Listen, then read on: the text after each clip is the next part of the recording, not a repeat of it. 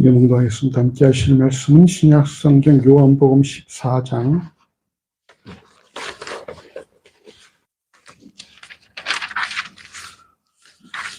요한복음 14장 1절에서 4절까지의 말씀 우리 한 절씩 교도하시겠습니다. 신약성경 171쪽 전으로 있습니다.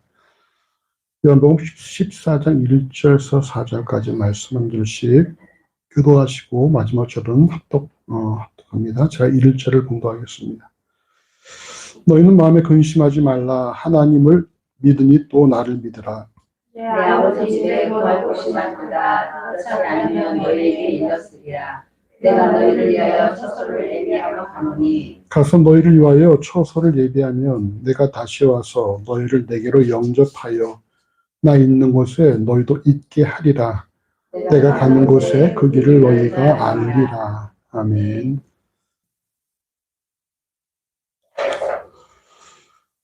오늘 본문은 예수께서 공생애를 마치시면서 마지막으로 가지신 6월절 만찬에서 제자들에게 하신 고별 광화의 한 부분입니다. 요한복음 13장에서 제자들의 발을 씻기시면서 시작된 예수의 강론은 요한복음 17장의 기도하심으로 끝을 맺는데 제자들과 6월절 만찬 중에 예수께서는 요한복음 13장 21절에서 너희 중 하나가 나를 팔리라 이렇게 말씀을 하십니다. 3년간 동고동락했던 무리 중에 한 명이 자신들의 지도자를 판다는 예수의 말씀에 제자들은 상당한 충격에 빠졌을 것입니다. 이어지는 요한복음 13장 38절에서 예수께서는 충성을 맹세하는 수제자 시몬에게 내가 나를 위하여 목숨을 버리겠느냐. 내가 진실로 진실로 내게 이르노니 닭 울기 전 네가 3번 나를 부인하리라 라고 말씀하시므로 충격을 더욱더 깊은 수렁에 빠뜨리셨습니다. 이외에도 요한복음에는 기록되어 있지 않지만 동일한 상황을 기록한 마태와 마가는 마태복음 26장 31절과 마가복음 14장 27절에서 오늘 밤에 너희가 다 나를 버리리라 기록된 바 내가 목자를 치리니 양의 떼가 흩어지리라 라는 말씀을 하셨다라고 기록을 하고 있습니다. 이런 예수의 말씀을 들은 제자들은 어떤 상황에 빠졌을까요? 영원아? 두려워하고 오늘 본문은 이들이 근심했다 이렇게 말씀하고 있습니다. 근심했다. 여러분 제자들이 집을 떠나 3년 동안 예수와 함께 생활한 이유가 무엇입니까? 예수를 하나님께서 예언하신 메시아라고 믿었기 때문에 그의 나라가 임하실 때에 그와 함께 그의 나라를 다스리고자 하는 어떤 그런 기대와 어떤 소망과 포부가 있었는데 자신들 중에 한 명이 예수를 배신하고 또한 자신들은 예수로 인해 실족하여 흩어지며 자신들 중에 가장 열정적이었던 시몬이 예수를 3회씩 부인한다면 과연 우리들의 미래는 어떻게 될 것인가? 우리가 품었던 계획은 어떻게 될 것인가라는 그런 조바심과 두려움이 발생할 수밖에 없겠죠. 우리가 도대체 무엇 때문에 3년 동안 예수를 따라다녔나? 결국 우리가 이런 결과를 보려고 따라다녔나? 이게 아닌데, 이런 어떤 그런 당황하고 아연실색하는 모습이지 않겠습니까? 바로 이런 상황에서 예수께서 저희들에게 말씀을 하시는 거예요. 자, 14장 1절 말씀을 함께 읽어보십시다. 14장 1절. 너희는 마음에 근심하지 말라. 하나님을 믿으니 또 나를 믿으라. 아멘. 먼저 예수께서 뭐라 말씀하십니까? 너희는 마음에 근심하지 말라. 이렇게 말씀하십니다. 너희는 이라는 부분을 통해 볼 때 예수의 말씀에 의한 근심이 제자 모두에게 다 효과를 미쳤다는 사실을 알 수가 있습니다. 이는 예수를 따르는 제자들 모두가 다 같은 마음이었었고 또 같은 충격에 빠졌다는 것입니다.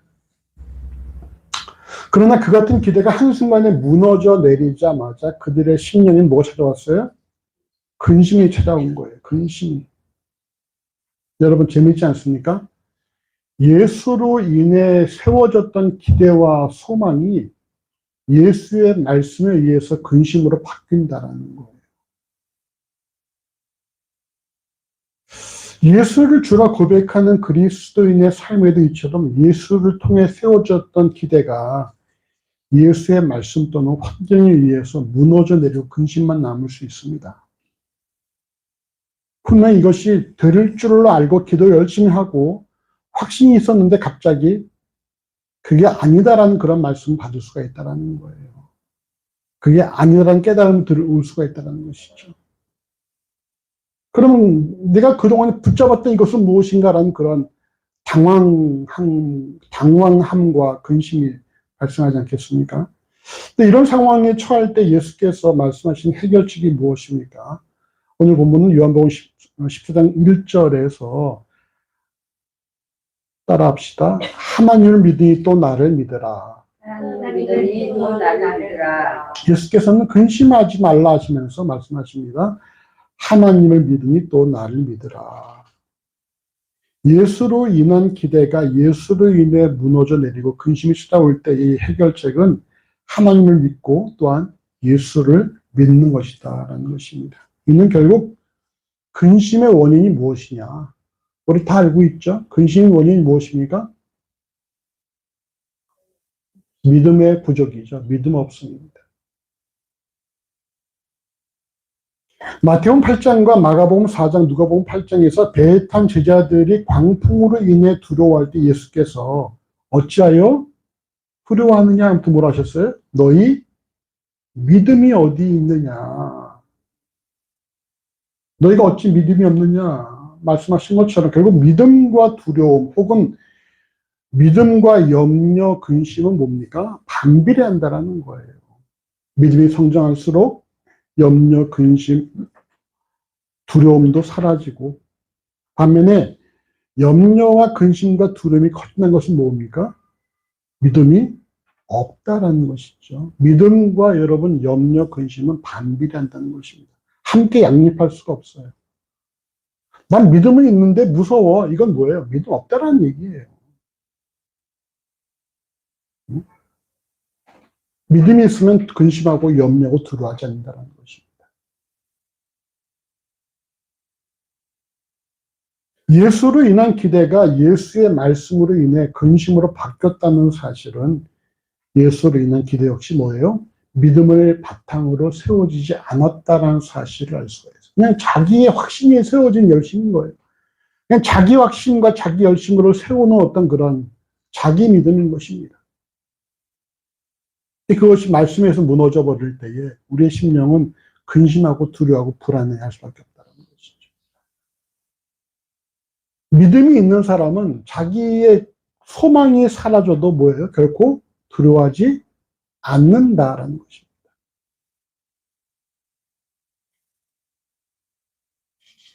믿음으로 인해 세워진 기대는 결코 근심과 두려움으로 변하지 않습니다. 그러니까 예수께서 하나님을 믿으니 또 나를 믿으라는 말씀이 자칫 성부 하나님과 자신을 동격화하는 참남죄로 보여줄 수도 있으나 이는 결국 보이지 않는 성부 하나님을 믿을 수 없다면 이제까지 너희와 함께 동행하며 각종 표적을 행한 나를 믿음으로 나를 통해서 성부 하나님을 믿으라라는 말씀이에요. 예수께서 지난 3년간 죽은 자를 살려내시고 각종 병들린 자를 치유하시고 말씀만으로 바람과 파도를 잠잠케 하시고 5,000명과 4,000명을 먹이신 그런 것들을 통해 볼 때에 너희가 나를 통해 성부 하나님을 믿으라는 것입니다. 요한복음 14장 9절에서도 예수께서 뭐라 말씀하십니까? 같이 찾아보겠습니다. 14장 9절 같이 읽어보시죠. 예수께서 가라사대 빌립아 내가 이렇게 오래 너희와 함께 있을 때 내가 나를 알지 못하느냐? 나를 본 자는 아버지를 보았거늘 어찌하여 아버지를 보이라 하느냐. 뭐라 말씀하세요? 나를 본 자는 아버지를 보았다라는 거예요.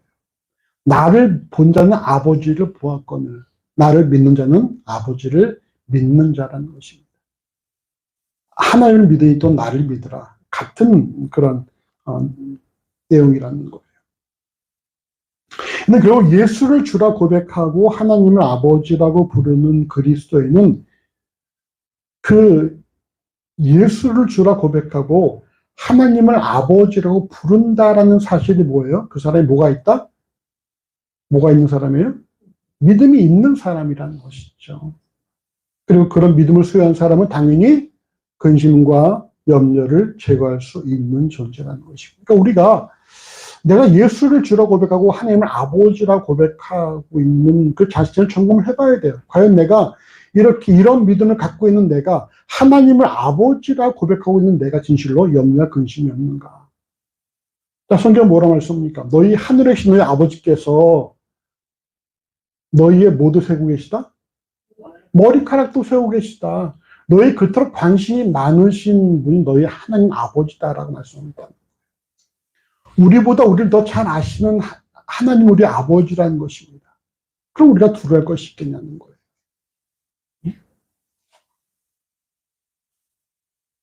성경이 말씀하는 믿음이란 만물의 주권자여 창조주이신 하나님께서 창조계를 하나님의 뜻과 계획대로 운영하신다는 사실을 믿는 것입니다. 오늘 본문의 제자들처럼 기대하는 바가 이루어지지 않았을지라도 하나님께서 그 모든 것을 합력하여 하나님의 뜻과 계획대로 일하신다는 사실을 믿는 거예요. 그러므로 믿음을 소유한 그리스도인은 어떤 상황과 환경에 처하더라도 하나님께서 하나님의 뜻과 계획대로 일하실 것을 믿으며 살아가는 것이고, 이처럼 하나님께서 내 삶 가운데에 하나님의 뜻과 계획대로 이루실 것이라고 믿는 그들을 성경 뭐라 말합니까? 뭐로 살아가는 사람들? 믿음으로 살아가는 사람들이라고 말씀하고 있다는 거예요. 결국 그리스도인은 내 원대로 되어질 것이 아니라 오직 하나님의 뜻과 계획대로 자신의 삶이 만들어질 것을 믿는 이들이기 때문에 여러분 그 삶에 근심은 존재할 수 없어요. 말씀드린 것처럼 모든 것이 합력하여서 선을 이룬다는 것입니다. 여러분 모든 것이 앞에 여러분이 지금 당면한 문제를 한번 생각해 보세요.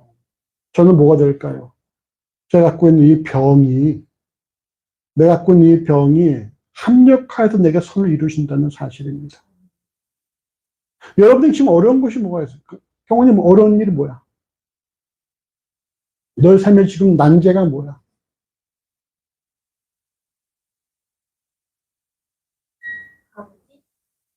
어? 뭐? 아버지? 그럼 뭐예요? 아버지의 발생한 모든 일들이 합력해서 선을 이룬다. 믿어. 김영훈 집사님 삶에 가장 지금 난제가 뭐예요? 남편이 믿음 없음. 그 또한 뭡니까? 남편 믿음 없음도 다 합력해서 선을 이루신다는 거예요. 그러니 너 삶이 지금 난제가 뭐야?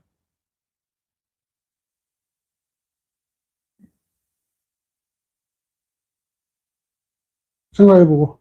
자, 김원희 집사님 난제가 뭡니까? 삶을 끌어가는 힘? 그 하나님께 있으니까. 그 삶의 모든 것들이 다 합력해서 선을 이루신다는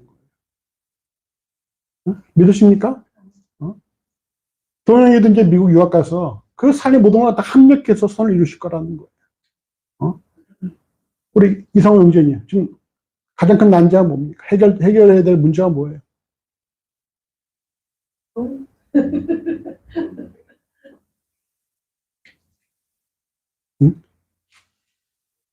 해결할 문제가 뭡니까?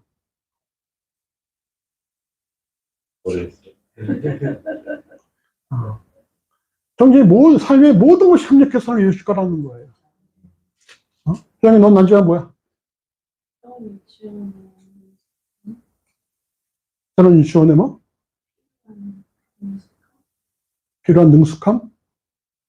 근데 다 합력해서 선을 이루신다는 것이죠. 여러분, 우리 삶에 발생한 모든 것들이 내가 지금 갖고 있는 그 문제가 합력해서 내가 선을 이루신다는 거예요. 그걸 믿는 사람들이 뭐라고요?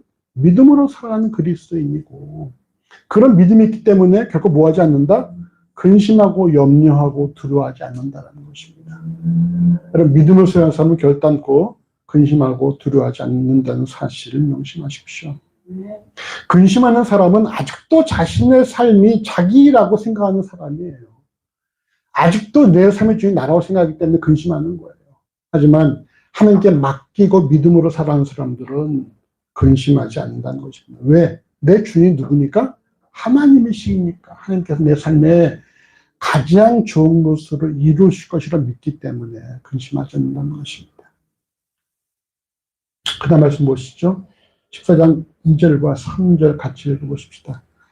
내 아버지 집에 거할 것이 많도다. 그렇지 않으면 너에게 일렀으리라. 내가 너희를 위하여 처소를 예비하러 가노니 가서 너희를 위하여 처소를 예비하면 내가 다시 와서 너희를 내게로 영접하여 나 있는 곳에 너희도 있게 하리라. 아멘. 근심하는 제자들에게 근심하지 말고 하나님을 믿으니 또 나를 믿으라라고 말씀하신 예수께서는 오늘 보면 요한복음 14장 2절에서 내 아버지 집에 거할 곳이 많도다 이렇게 말씀하십니다. 이는 마치 부모가 사는 집에 방이 많이 있어서 자녀들이 각자 자신의 방을 사용하며 부모와 함께 살아가는 그런 모습을 묘사한 거예요. 그러니까 여기 거할 곳이 많도다를 이제 거할 방이 많다라고 해석하는 이들도 많이 있습니다. 그러니까 내 아버지 집에는 너희가 거할 그런 방들이 많이 있다라는 거예요. 여기 뭐 어떤 뭐 자가이신 분도 있겠지만 뭐 전세 뭐 또 월세인 분들도 있을 텐데 그런데 아버지 뭡니까? 아버지 집에는 우리가 거할 수 있는 방들이 많이 있다는 것입니다. 다시 계약하자는 말도 없고 말이죠. 이사란 말도 없고 우리가 거할 방이 많이 있다는 거예요. 이어진 말씀이 그렇지 않으면 너에게 일렀으리라 라는 것인데 곧 아버지 집에 방이 많지 않았다면 너에게 말했을 것이다 라는 말씀이죠. 왜 근심하지 말고 하나님을 믿으라 라고 말씀하신 예수께서 곧 이어 내 아버지 집에 거할 곳이 많고 그렇지 않으면 너에게 일렀으리라고 말씀하실까요? 도대체 하나님을 믿는 것과 내 아버지 집에 거할 것이 많은 것과 무슨 연결이 될까? 응? 아버지는 능력이 많으시다. 방 많은 게 능력이 많으신 것이다. 김현 집사님. 하나님 믿어라 한다면 왜 내 아버지 집에 걸 것이 많다라 말씀하시겠어요? 아버지 있어요. 능력은 아버지도 있어? 아버지랑 능력이 없고 싶겠어? 아버지 다 능력 있고 싶지. 여러분, 자신의 무리 중에 배신과 부인 더 나가서 예수로 인해 실족하여 흩어진 이후에 과연 우리들에게 무엇이 남아있을 수 있을까라고 근심하는 제자들에게 이후에 너희가 거할 곳은 어디예요? 아버지의 집이라는 거예요. 너희가 지금 우리는 과연 어떻게 되는 것일까? 우리 3년 동안 예수를 따라다녔는데 우리 중에 한 명 예수를 팔아먹고 우린 다 흩어지고 한 명 예수를 부인하면 과연 우리는 어떻게 되는 것일까? 어떻게 된다는 거예요? 너희가 아버지 집에 거하게 된다라는 것입니다. 이 예수께서는 오늘 본문 10장 1절에서 2절에서 내가 너희를 위하여 처소를 예비하러 가노니 라고 말씀하시는 것입니다. 제자들은 지금 자신들의 배신과 부인 그리고 흩어짐으로 인해 자신들이 3년간 품었던 기대와 소망이 사라지면서 근심에 쌓였지만 근심하지 말라 하신 예수께서는 제자들의 처소를 예비하러 가신다고 말씀하고 있다는 거예요. 그럼 무슨 말입니까? 이 순간이 지금 당장은 너희들에게 근심스럽게 보이겠지만 궁극적으로 너희에게 유익한 시간이라는 사실입니다. 너희들은 지금 당황하고 어찌할 바 모르겠지만 그렇지만 이 시간이 너희를 위한 시간이라는 거예요. 왜요? 여러분 우리가 어찌할 바 몰라요. 어떻게 해야 되지? 이 해결책이 뭐지? 근데 그때가 정작 우리를 위한 시간이라는 것입니다. 왜 그럴까, 경호나? 응? 어찌할까 모르겠어. 그동안 내가 품었던 기대가 사라져버리고 내 계획이 다 무산돼 버렸어. 지금 내가 뭘 해야 될지 모르겠어. 어찌할지를 모르겠어.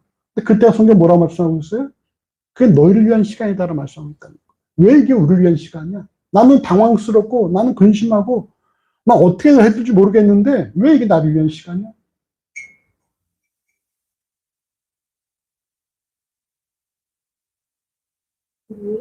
왜 이게 나를 위한 시간이야? 믿음으로 바로 서면 계속해요, 계속. 믿음 바로 서면, 하나님이 해주시는 우리가 할 수 없을 때는 어떤 시간이에요? 하나님께서 이제 일하실 시간이라는 거예요. 그건 우리가 다 하려고 했던 거야. 내가 내 계획 세우고, 내가 꿈을 꾸고, 내가 소망을 갖고, 내가 뭔가 준비를 하고 막 했는데, 하다 보니까 뭐예요? 이게 아니라는 거야. 그럼 나 어떡하지? 그동안 내가 뭘 위해서 살아왔지? 다 놓쳐버렸네? 근데 그때가 뭐예요? 이제는 하나님께서 일하실 시간이라는 거죠.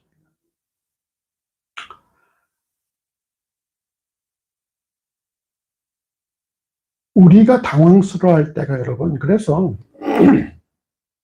우리가 당황하고 근심하고 염려할 때가 바로 그때가 뭐예요? 하나님을 바라볼 때이고, 바로 그때가 뭡니까? 하나님께서 일하실 타이밍이라는 것입니다.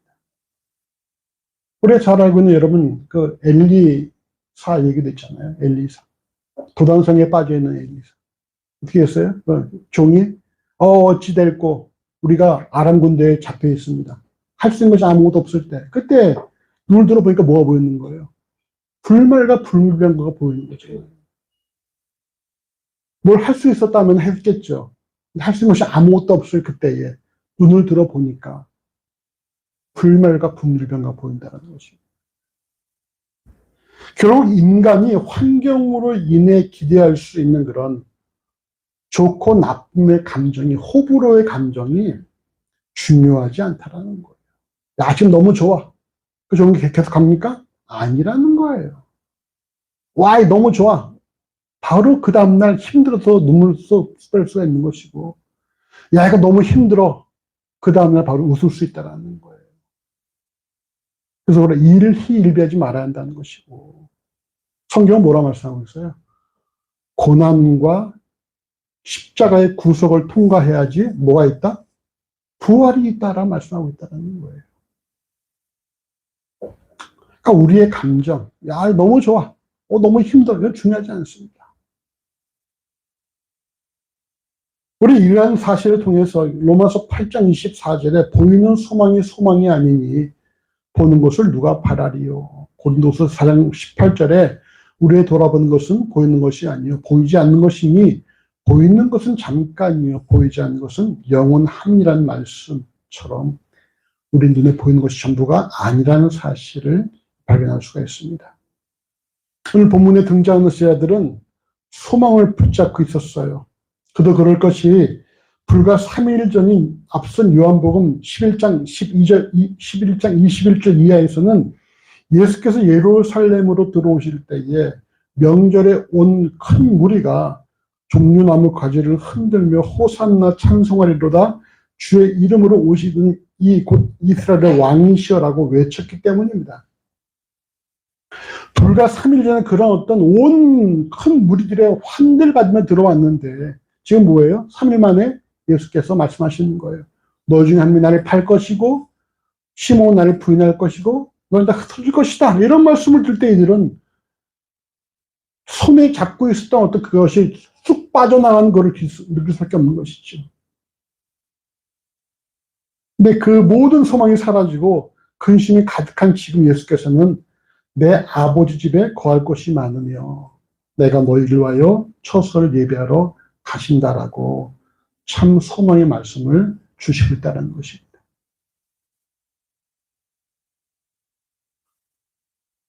우리는 우리가 지니고 있는 소망이 내가 세운 소망인지 아니면 하나님의 말씀을 통해서 세워진 것인지를 점검을 해야 됩니다. 분명한 것은 무엇입니까? 내 소망은 뭐예요? 결국은 상황으로 인해서 무너진다는 것입니다. 하지만 하나님 주신 소망은 말이죠. 어려우면 어려울수록 더 확실해진다는 거예요. 내 소망과 내 기대는 말이죠. 상황에 의해서 무너지고 근심과 염려와 고민이 쌓일 수밖에 없어요. 하나님 주신 소망은 힘들면 힘들수록 더 하나님을 간절히 바라보게 만들기 때문에 더욱 확실해진다는 것, 더 뚜렷해진다는 것입니다. 이어진 말씀에 너희를 위한 처수를 예비하면 내가 다시 와서 너희를 내게로 영접하여 나 있는 곳에 너희도 있게 하리라 라고 말씀하십니다. 내가 다시 온다라는 말씀은 예수의 재림을 의미하는 것이고 예수께서 재림하실 때 너희를 내게로 영접하여 라고 말씀하시는데 여러분 영접한다라는 이 단어가 어떤 의미일까요? 영접한다라는 것이 이게 곁에 둔다라는 그런 의미를 갖고 있는데 영어 성경은 영접한다를 그냥 받는다, receive라고 표현해 있어요. will receive, 내가 받겠다 이렇게 했거든요. 그럼 여러분 요한복음 12장 32절 보십시오. 12장 32절 12장 32절 같이 읽어보십시다. 내가 땅에서 들리면 모든 사람을 내게로 이끌겠노라 하시니 하는. 여기서 뭐라고 말씀하고 있어요? 내가 이끌겠다. 그럼 영접한다와 이끌겠다의 차이점이 뭘까요? 경원아. 영접한다. 이끌겠다. 영접한다를 영어 성경은 receive. 이끌겠다를 영어 성경은 drag. 드래그 뭔지 알지? 이렇게 마우스를 이렇게 끌어오는 거 드래그라고 한단 말이에요. 자, 리시브와 드래그 어떤 차이가 있겠어요?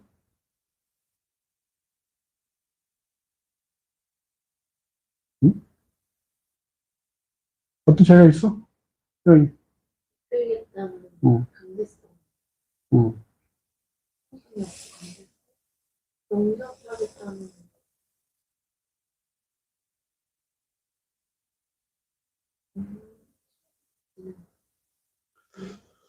그러면 이 구원이 말이죠. 전적인 하나님의 일방적인 사역이라고 할 때에 예수의 재림을 통해 사랑하는 제자들을 아버지의 거할 곳에 두시는 것은 이건 여러분 이것 예수의 일방적인 사역이라고 본다면은 이게 적극성을 띄어야 되겠어요? 수동적인 모습이 되겠습니까? 응? 적극적인 모습이 되겠죠. 근데 영접한다라는 것은 적극적인 모습입니까? 아니면은 수동적인 모습입니까? 그냥 받는 거잖아요. 이끌겠다라는 건 적극적인 표현이지만 영접한다라는 것은 오는 사람을 받는 것이거든요.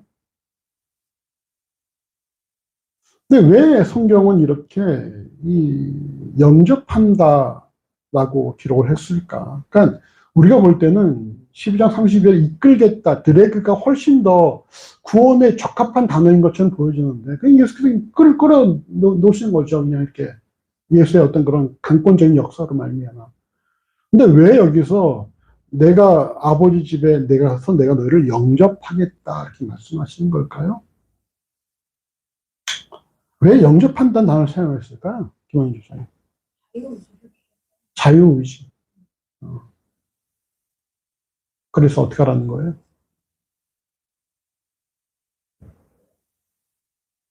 용접하는 거죠.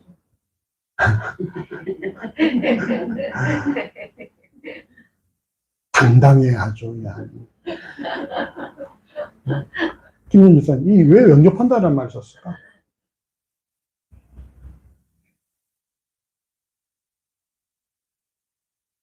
왜 이런 구원의 여지를 두셨을까? 경원아, 왜 그럴까?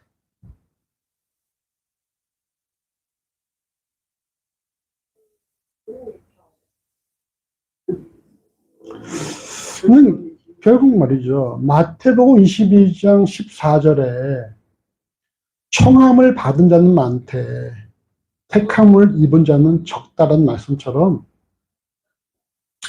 예수께서 재림하시고 아버지의 집에서 영접하실 때에 동참하게 될 이들은 청함만이 아니라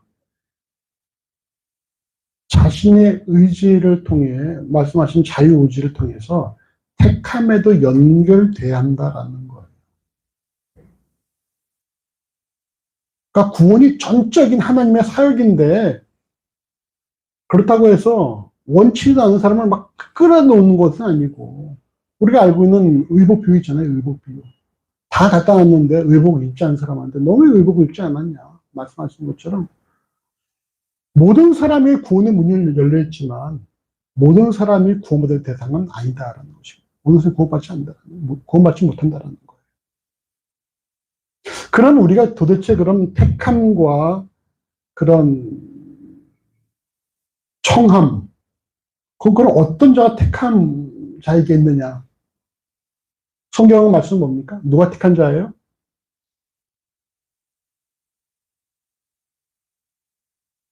누가 택한 자예요? 오늘 본문을 통해 볼 때 누가 택한 자입니까?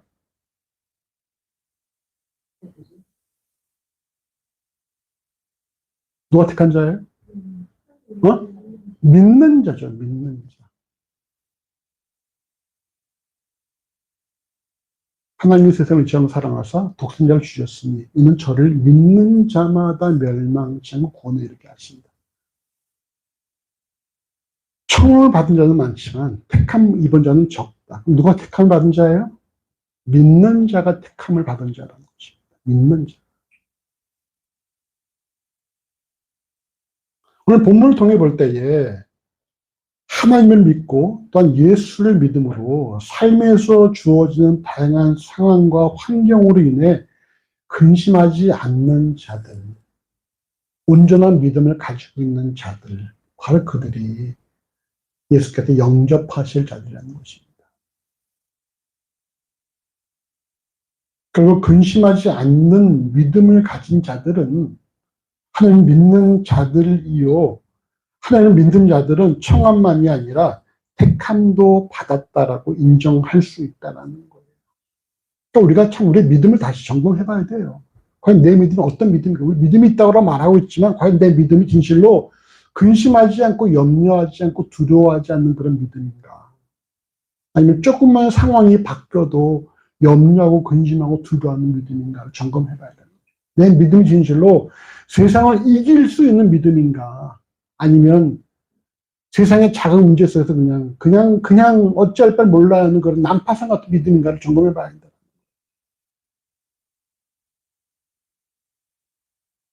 바라기는 우리 모두가 다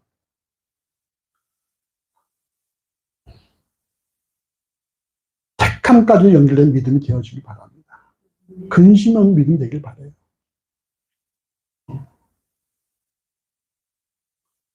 이처럼 하나님을 믿고 예수를 믿는 이들은 예수와 함께 아버지의 집에 존재한다는 것입니다. 우리가 부활절을 맞이하면서 명심해야 될 사실은 말이죠. 하나님을 믿고 또한 예수 그리스도를 믿는 이들은 사후에 분명히 갈 곳이 있다라는 사실입니다. 믿으십니까? 예수를 모르는 대부분의 사람들은 죽음을 두려워하고 죽음 이후의 삶에 대해서 소망이 없지만 하나님을 아버지라고 부르고 예수를 주라 고백하는 그리스도인은 죽음 이후에 갈 곳이 있다라는 사실을 명심해야 한다는 거예요. 그렇다면 죽음은 두려운 장소가 아니라 하나님과 함께 영원히 거하는 소망과 기대가 가득한 곳이다라는 사실입니다.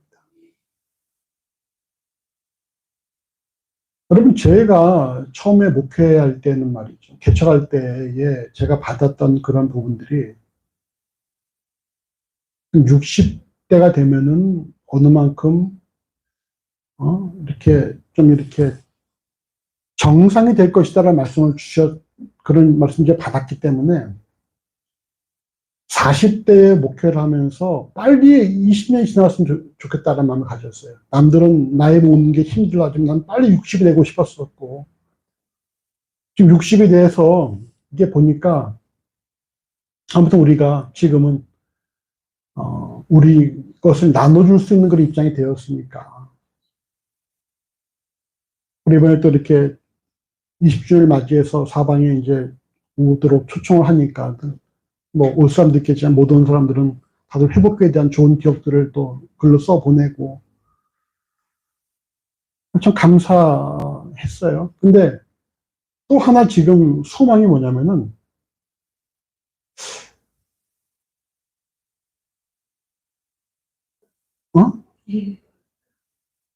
죽음 이후 영생이 무엇일까에 대한 소망이 있다라는. 그때서 빨리 죽었으면 좋겠다라는 건 아니겠지만 죽음 이유가 너무 궁금한 거예요. 영생에 대한 부분들이.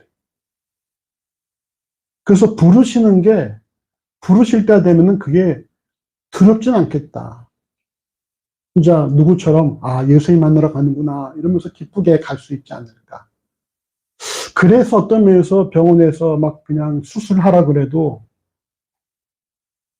뭐 괜찮은데 라고 생각할 수 있는 것이고, 이번에 병원에 갔다 왔는데 약이 줄었어요. 의사가 이 부분 약을 하나만 좀 덜 드셔도 되겠네 그러더라고요. 그러니까 이게 약이 갈수록 늘어나는 게 아니라 약이 줄었다는 것이 참 감사한 일이고, 의사가 처음에는 이 숫자 이렇게 올라갔어요. 근데 이제 알죠. 뭐 20년 이상 이제 그 병을 갖고 있으니까 수치를 대충 아는데, 제가 지난번에는 별 차이 없는 것 같던데, 그러니까 가만히 있다가 3개월 뒤에 또 오실 거예요? 그래서 네, 3개월 뒤에요. 예, 알겠습니다. 주사 한 대 맞고 가실래요? 아니요. 어렵지 어렵지 않으세요? 어지럽지 않으세요? 그래서 괜찮은데, 그러세요, 그러면. 그 3개월 뒤에 봬요. 이렇게 그냥. 예. 그 수치도 전반적으로 다 정상으로 들어왔고 말이죠. 신장 수치 외에는 약을 줄일 정도로 이렇게 들어왔다라는 거예요. 여러분, 죽음 이유가 여러분 좀 궁금하지 않습니까? 어떻게 생각하세요? 우리 이상호 형제께서는 어떻게 생각하십니까? 죽음 이유가 궁금하지 않습니까? 어떤 삶이 펼쳐질지? 안 궁금하세요? 자, 우리 김원희 기사님 어떻게 생각해요? 죽음 이유가 궁금하지 않아요? 어떤 삶이 펼쳐질지? 궁금하죠. 엄마도 그렇고 언니도 그렇고. 근데 가서 만나볼 수는 없어요. 가서 확인할 수는 없어. 만나본다고 하잖아요. 아니요. 성경에서 우리가 다 전혀 새로운 영생의 새로운 모습이기 때문에 서로 만나볼 수 없어. 그럼 짝사랑했던 사람 만나고 다 만나게. 어떻게 보세요? 우리 김연지 선생님. 죽음에 궁금하지 않습니까? 거긴 구할 것도 많아. 막 구박하는 남편도 없고 말이죠. 구박 안 해? 그래야 돼요. 아직 우리 30대들이라 모르겠지만. 응? 뭐라고? 경험 뭐? 궁금해? 놀러 와서 뭐 얘기해봐, 목사님한테. 저 경원이에요, 얘기해봐. 내가 너를 알지 모를지 모르겠지만. 그러니까 여러분, 우리가 말이죠. 이런 소망이 있는 자답게 좀 살아가야 한다라는. 부활의 소망이 가진 자답게. 참 그 생각 궁금하다. 그렇다고 뭐 또 우리가 빨리 명을 단축하자는 얘기가 아니라,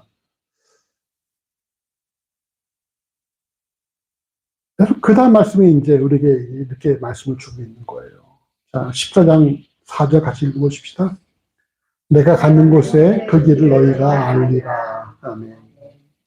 이 본문을 공동번역과 새번역은 공통적으로 내가 어디로 갔는지 너희는 알고 있다. 이렇게 번역을 합니다.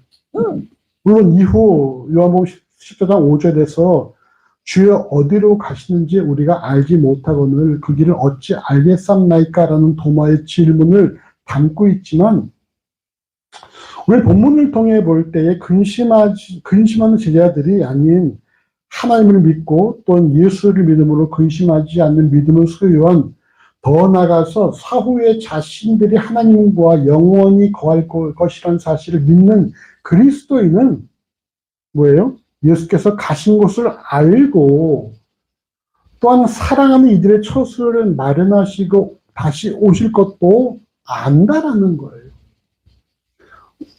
이런 믿음을 소유하는 사람들은 말이죠. 예수께서 가신 것도 알고 예수께서 우리의 처소를 예비하실 것도 알고 우리도 그곳에 갈 것을 안다라는 것입니다. 근데 이때 안다에 사용된 이 동사가 말이죠. 흔히 이 경험을 통해서 안다라는 기노스코를 사용하는 것이 아니라 내가 그것을 배워서 인정하고 안다라는 의미의 에이도라는 단어를 사용하고 있어요. 비록 사후세계를 우리가 경험하지는 못했다 할지라도 우리가 믿음을 통해 예수를 주라 고백하는 그리스도인들은 이 모든 사실을 알고 인정하고 확신한다는 사실입니다. 그래서 우리가 오늘 본문을 통해서 우리 자신에게 좀 질문을 던져야 돼요. 과연 예수를 주라 고백하고 하나님을 아버지라고 부르는 나는 믿음을 통해 근심하지 않고 예수께서 내가 거할 처소를 마련하신 후에 재림하시며 사후에 영원히 하나님과 함께 살게 될 것이라는 사실을 내가 알고 인정하고 있는가? 그 사실을 진실로 아는가? 확신하는가? 우리가 점검해야 한다는 것입니다. 응? 여러분 그런 확신이 있습니까? 내가 그 사실을 확실히 믿고 알고 인정하고 있어요? 어때 김모님 목사님? 응? 네. 그래요? 김모님 그렇습니까? 네. 경원이도 그렇고? 형원이도 그래? 사무엘도 그렇죠. 어떠세요? 이성훈님 그렇습니까? 내가 진실로 그 모든 사실을 전혀 의심하지 않고 알고 또한 인정하고 있다면 우리가 진실로 사후 세계를 인정하고 있다면 그러면 여러분 우리의 삶은 달라질 수밖에 없어요. 우리의 삶이 이 땅이 전부가 아니라 우리가 죽음 너머의 삶에 대한 분명한 확신을 갖고 그것을 알고 인정하고 있다면 말이죠. 우리의 삶은 달라질 수밖에 없다는 거예요. 그런 사람이라면 마태복음 7장 13절에 좁은 문과 협착한 길을 선택할 수 있으며 자신을 부인하고 자기의 십자가를 지고 예수를 따를 수 있다는 것입니다. 예수를 모르는 이들이 우리의 삶을 보고서 너 그렇게 살면 망해. 너 그렇게 예수밖에 모르면은 남는 게 아무것도 없어. 망할 수밖에 없어. 라고 말한다 할지라도 우리는 그들이 소유하지 못한 소망을 소유하였고 그들이 알지 못하는 길을 알고 인정하는 자들이기 때문에 혹 남들이 보기에는 가진 것이 없어 보일지라도 우리는 뭐예요? 모든 것을 가진 사람처럼 당당하고 작은 힘을 가지고 살아갈 수 있다는 것입니다.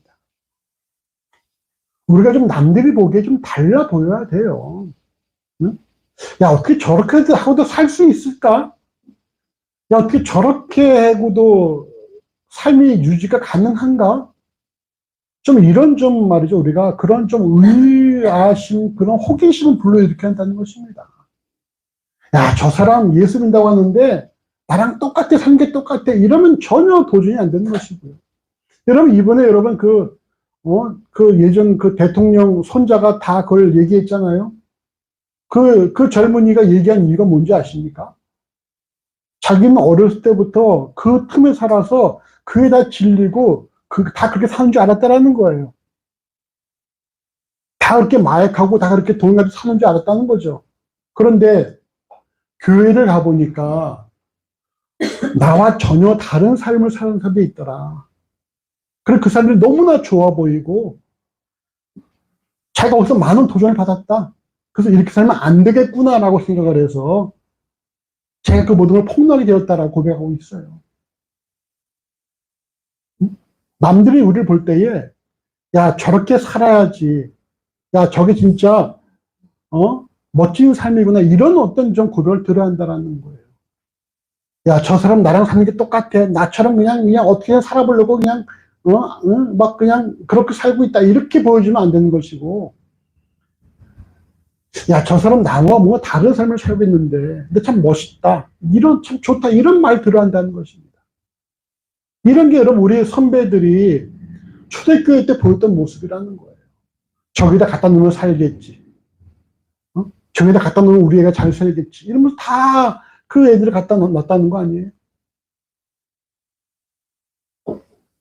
우리 부활주의를 맞이해서 내게 진실로 부활의 소망을 갖고 살아가는지, 또 내 삶이 그 소망에 합당한, 소망에 걸맞는 삶을 내가 만들고 있는지를 점검해 봐야 한다는 것입니다.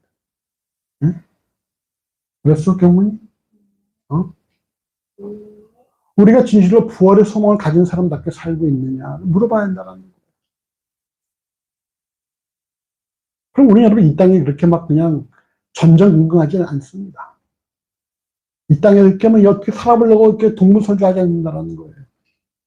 넉넉한 마음으로, 넉넉한 마음. 너희가 가능한 모든 사람으로 화평함과 거룩함을 쫓으라 말씀처럼 말해요. 우리가 막 그냥 더 뺏기지 않으려고 손해보지 않으려고 막 사는 게 아니라 우리는 다 내주고 살 수 있다는 거예요.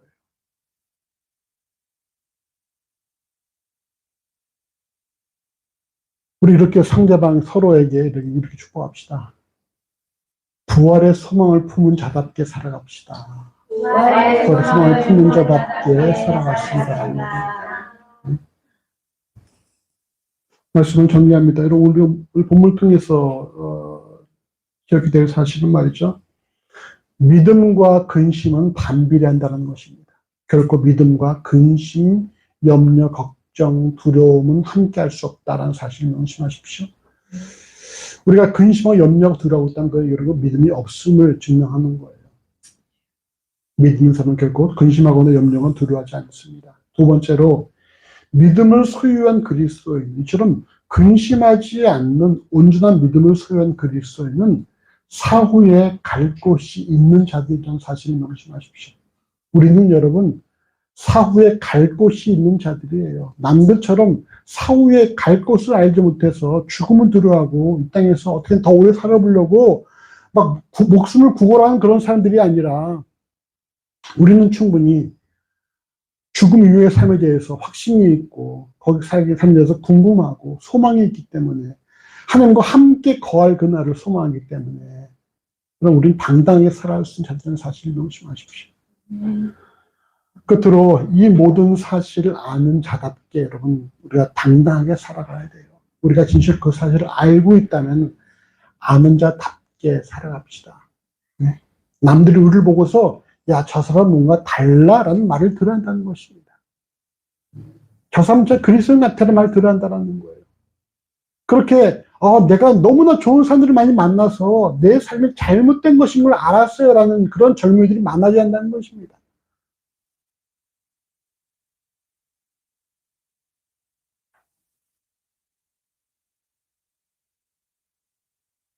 우리가 하나님을 믿고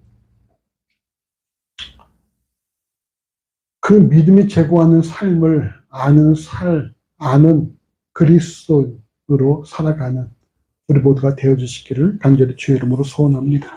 기도하십시다. 함께 기도합시다. 주 은혜를 감사합니다. 우리가 이 땅을 살아가면서 진실로 결코 근심하지 않고 염려하지 않고 불안해하지 않고 두려워하지 않는 온전한 믿음을 소유한 그리스도인이 되어지기를 간절히 소원합니다. 그 믿음을 가진 자로서 우리가 부활의 소망을 품게 하시고 우리 결코 죽음을 구걸하거나 죽음을 두려워하지 않도록 만들어 주시며 우리가 참으로 영생이 있다는 사실을 명심하며 우리가 갈 곳이 있다는 사실을 인정한 자들로서 우리 땅에 또 당당하게 살아갈 수 있도록 인도하시기를 하나님 간절히 원합니다. 우리를 통해서 하나님의 살아 역사하심이 증명될 수 있도록 인도해 주시기 원하고 우리를 통해서 하나님 일하신 일이 더 많이 보여줄 수 있도록 인도해 주시옵소서. 우리 진실로 모든 사람들에게 그리스도의 편지요, 그리스도의 향기요, 그리스도의 사신으로서의 삶을 살아가도록 인도하시기를 하나님 간절히 원합니다. 우리 진실로 믿음을 소유한 자답게 아는 자답게 살아갈 수 있도록 우리 심령 인도하여 주시옵소서. 담대하게 하시고 우리가 모든 사람 더불어 화평함과 거룩함을 추구하도록 인도하여 주시옵소서. 감사는 예수 이름으로 기도합니다. 아멘.